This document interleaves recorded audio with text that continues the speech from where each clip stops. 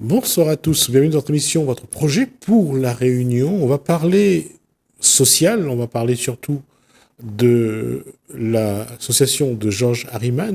Bonsoir Georges Harriman. Bonsoir. La question d'abord bonne année, et puis on aura sans doute à aborder pas mal de problèmes. Mais avant d'aborder les sujets pour lesquels vous êtes là, je vais poser deux questions. Est-ce que les personnes qui ne travaillent pas aujourd'hui, est-ce qu'ils s'intéressent aux prochaines élections municipales ou pas? Ça, je ne pense pas. Je ne pense c'est pas leur préoccupation parce que ils ont peut-être volontairement ils ont mis la continué un système de vie. Que maintenant ils sont aux élections, ils votent comme des robots quoi. Et ils sont conditionnés à voter pour M. X, M. Z, mais eux-mêmes penser à un vote responsable, je ne pense pas.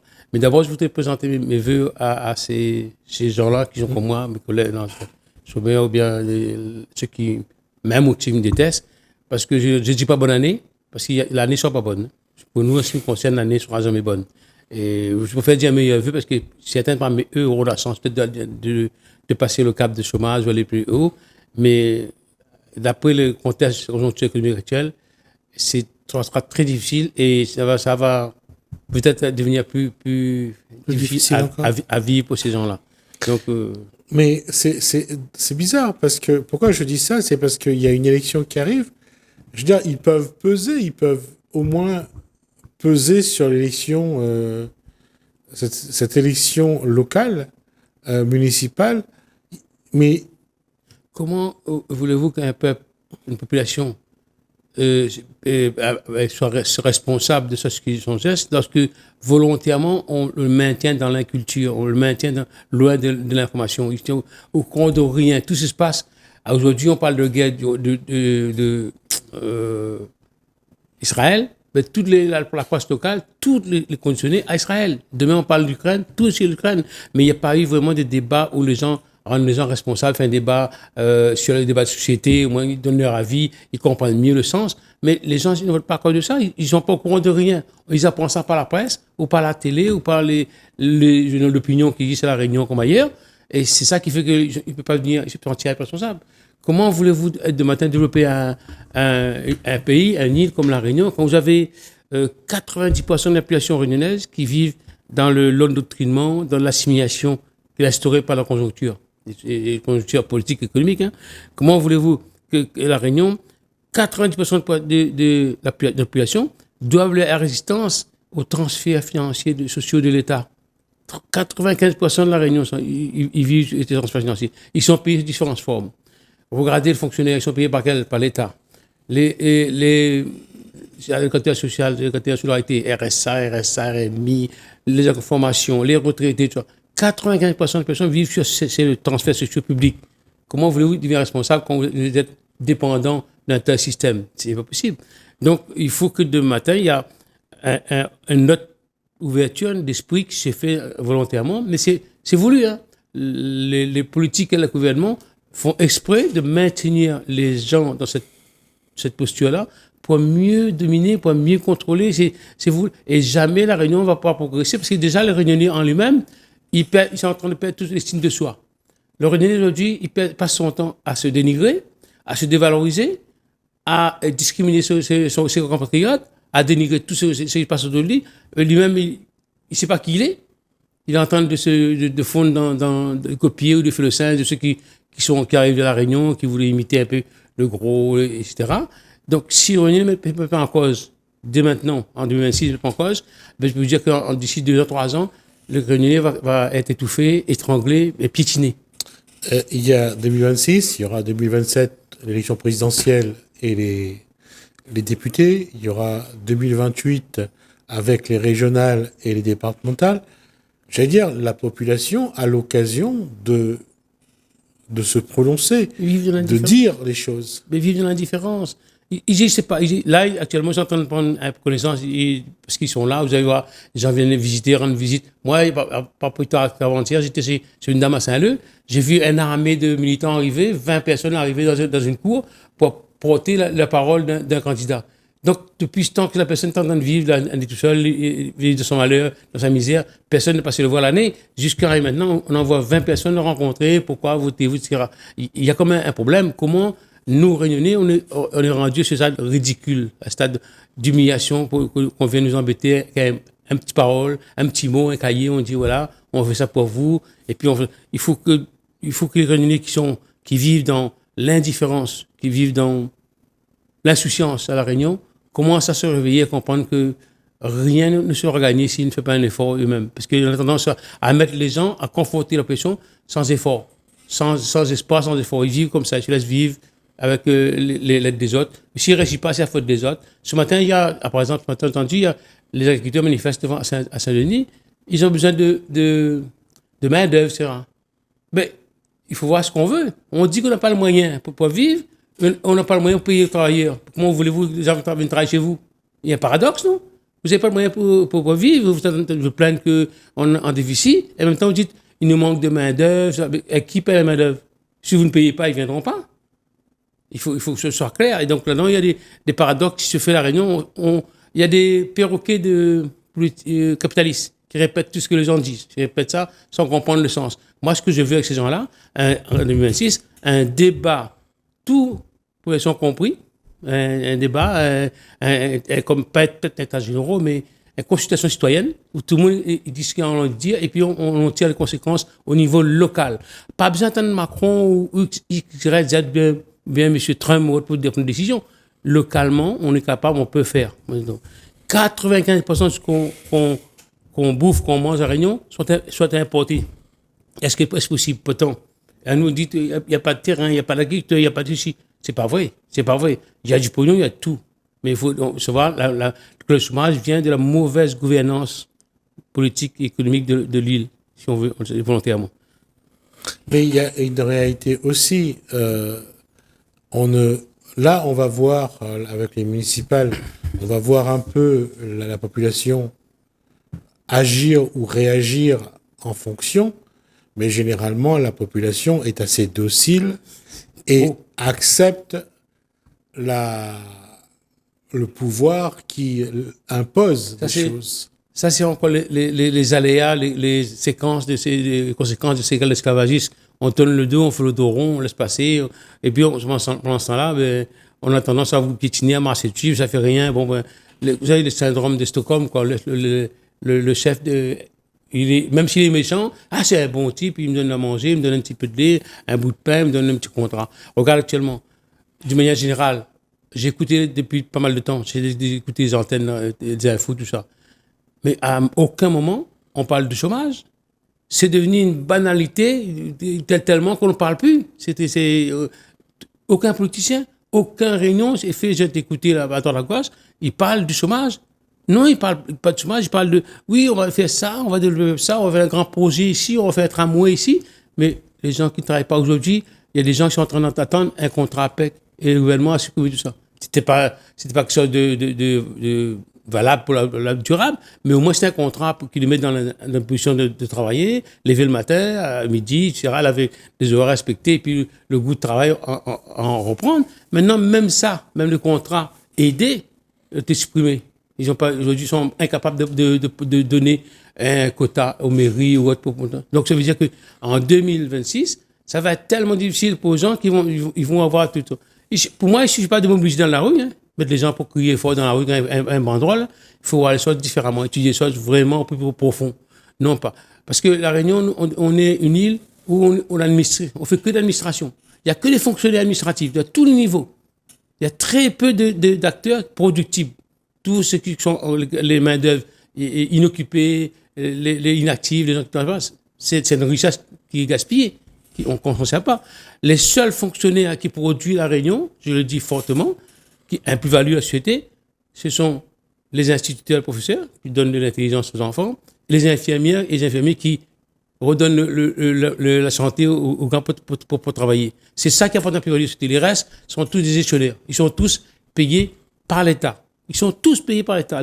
L'entreprise a des primes, des subventions, des aides. L'agriculteur a des subventions, il y a des aides. Le RSA est payé, le logement, le locataire est payé par le logement, l'action familiale, la question des enfants, tout est versé de l'État. On a un seul financeur, c'est l'État. Et là-dedans encore, ils ne comprennent pas qu'il est temps demain matin de voir ce qu'on peut faire en se remettant de l'État un peu de côté. Parce que la providence, ça ne peut pas tout le temps. Hein. Il faut qu'un temps, ça va s'arrêter, ou ça va se ralentir. Et à ce moment-là, vous allez voir, on va davantage nous battre entre nous, insulter, nous déchirer entre nous à cause de ça. Parce que c'est un tel qui va voulu. Moi, je répète encore une fois, nous sommes perdus de chorale. Le chômage n'a pas de couleur politique. Le chômage provient d'une mauvaise gouvernance du gouvernement et des pouvoirs économiques. Jamais quelqu'un est né chômeur. Il devient par la conjoncture. On ne va pas me dire, Réunion, c'est des chômages volontaires. Non. Comme partout, il y a des éléments malencontreux. Ça peut être des patrons, ça peut être un politique, il y a des mauvais éléments. Il faut le mettre de côté. Et s'il y a 100 000 à la Réunion qui refusent de travailler, comme on entend dire partout, ben peut-être que les convoquer, mettre ailleurs, envoyer ailleurs.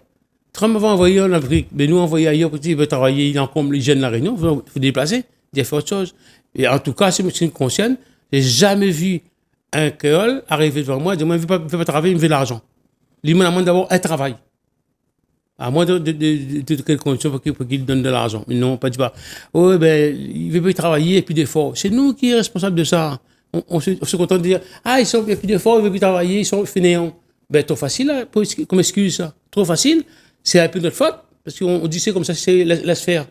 Mais un enfant qui grandit mal, il va grandir tout le temps, hein, si on ne te reste pas. Voilà. Reste que sur j'allais dire, sur le travail, aujourd'hui, le contexte économique s'est encore détérioré. Voilà.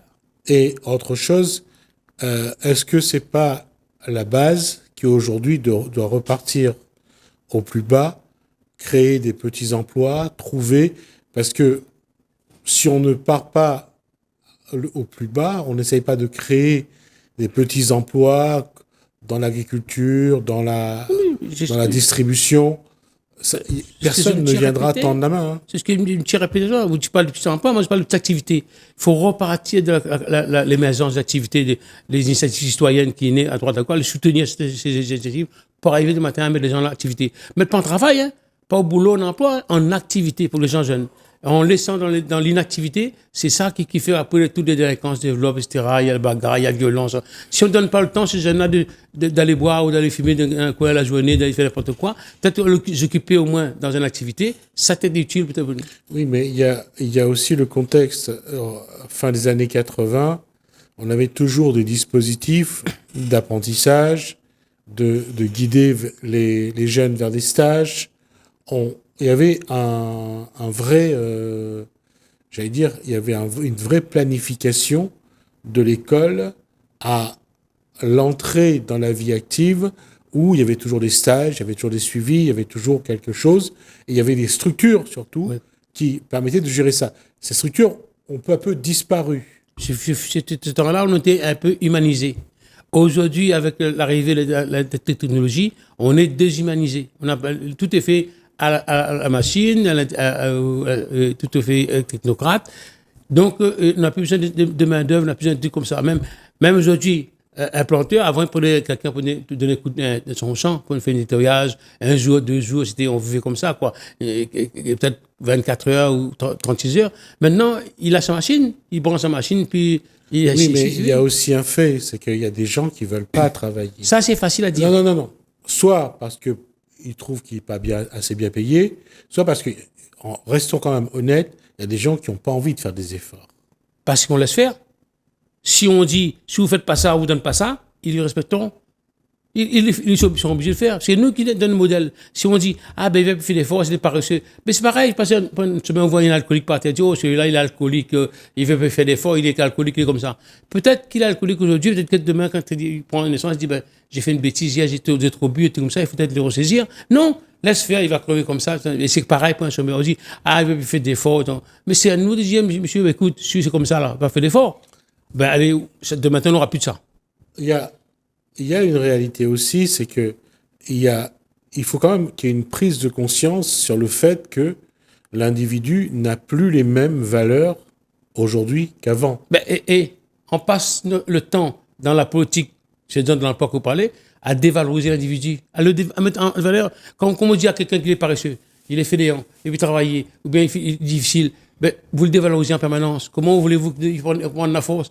Au contraire, vous lui dites, ben, écoute, je pense que c'est intelligent, il faudra faire ça comme ça, on va essayer de suivre. Non, on le dit, ben, t'es un paresseux, t'es un fainéant, tu ne fais rien. Mais c'est nous qui déclenchons cette envie de ne plus être autonome, de ne plus vouloir travailler. Parce que même, comme tu parles, pour le paiement, pour récompenser, comme tu dis, il n'y a pas d'argent dans votre caisse et vous voulez embaucher quelqu'un. Quelqu'un peut payer, à la fin du mois, vous n'avez plus à payer. Ben, il ne vient plus, il n'a pas envie.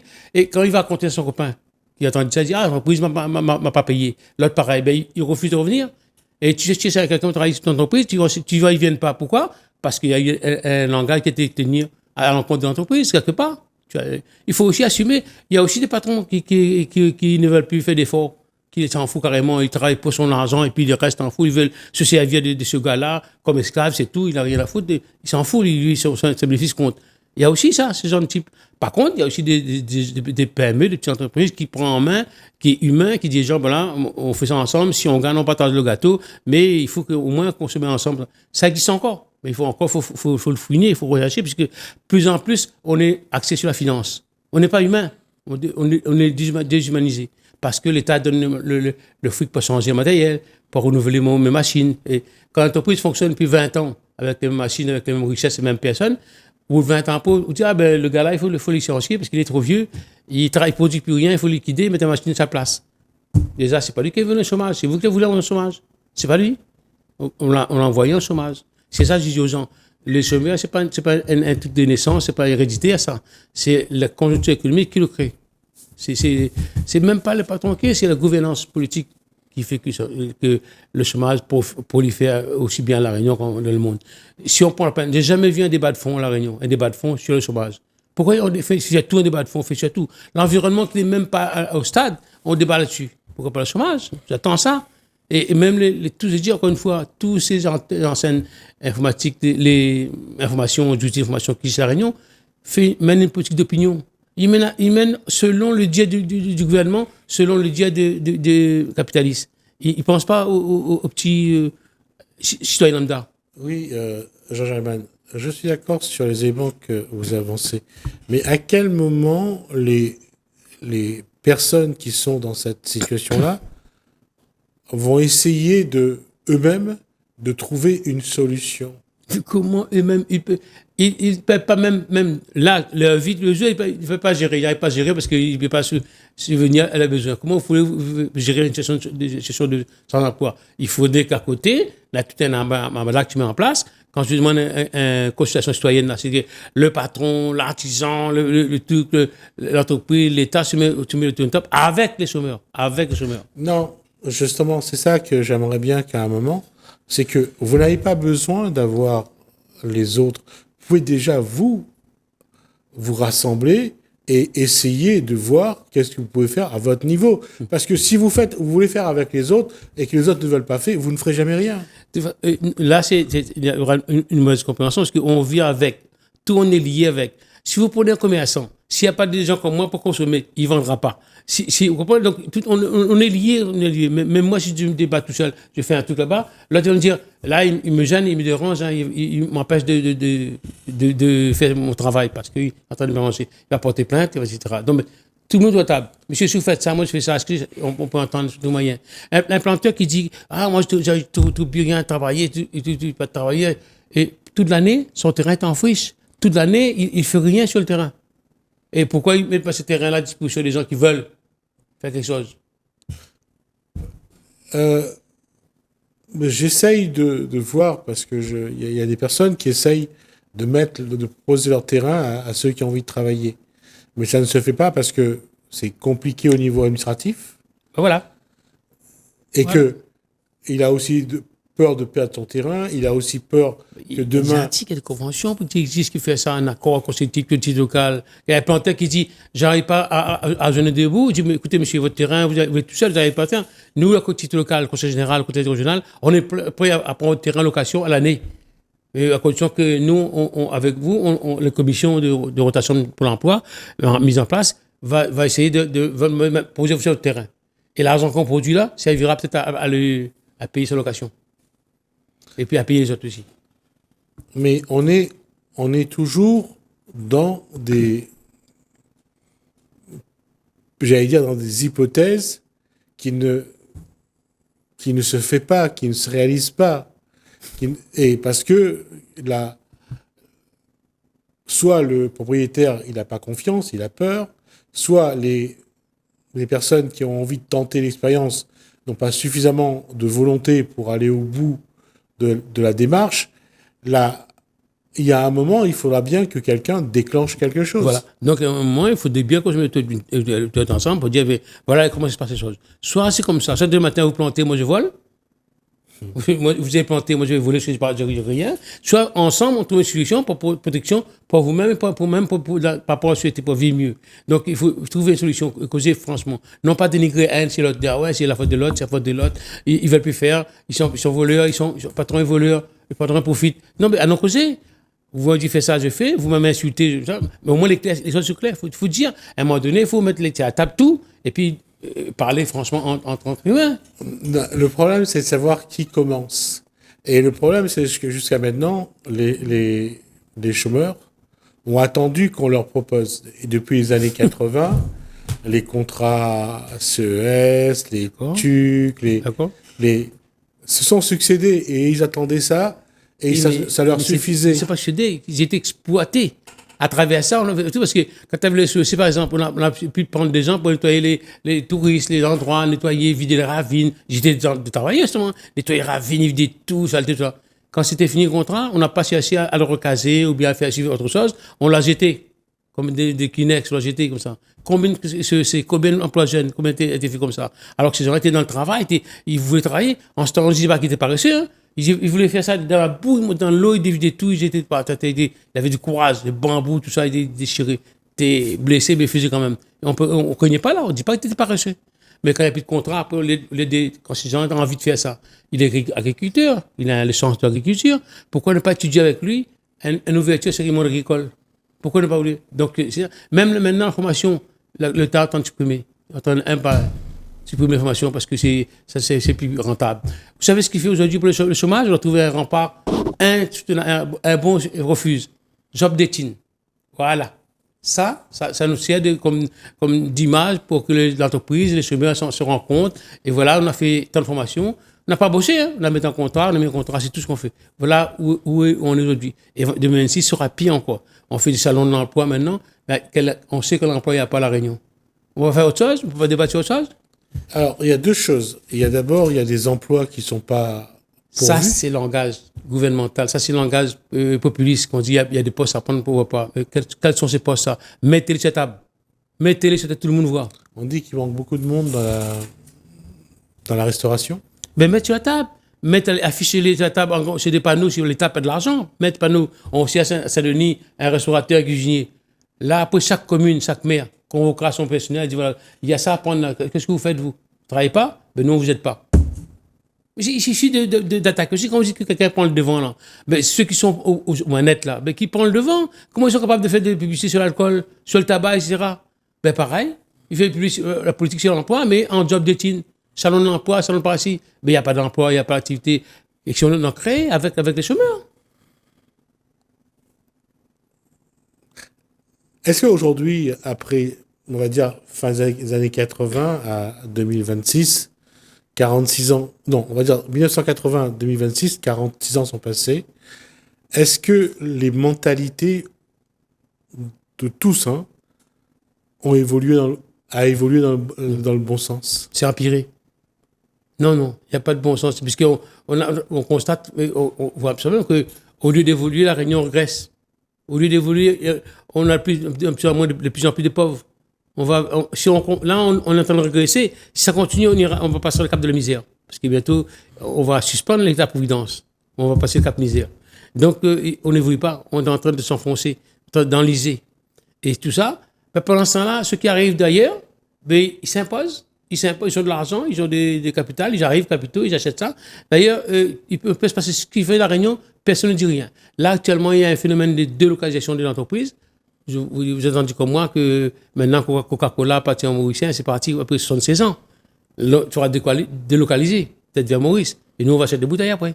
Donc, ça, c'est une grosse entreprise qui, depuis longtemps, suivi la Réunion. Il y a eu France Télécom, il y a eu GTOI, il y a eu Total, qui est son siège ici, qui est parti. Donc, il y a tellement d'entreprises qui sont délocalisées, personne ne dit rien. Alors, c'est un débat important, puisque plus l'entreprise s'en va, plus il y a des gens licenciés en chômage.